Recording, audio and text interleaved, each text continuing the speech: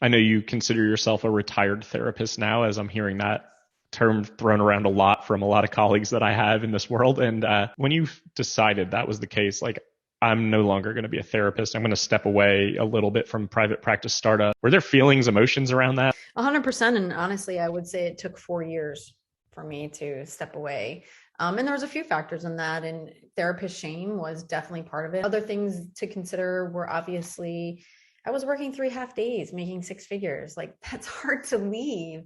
So that was one. And then it's like, well, what do I do next? And will I have the finances to do the next thing? But then it's like, when I had clarity, and if I really look at, and I've been saying this so much more lately, is where I'm best served, right? Like there's a sadness for me to be like, people are like, well, do you miss therapy? No, I don't miss therapy because number one, I'm just a therapist in my being. Like I'm always going to ask the questions. I'm always going to be engaged with people. I'm always going to want to know more intimate details. Like that's just who I know myself to be.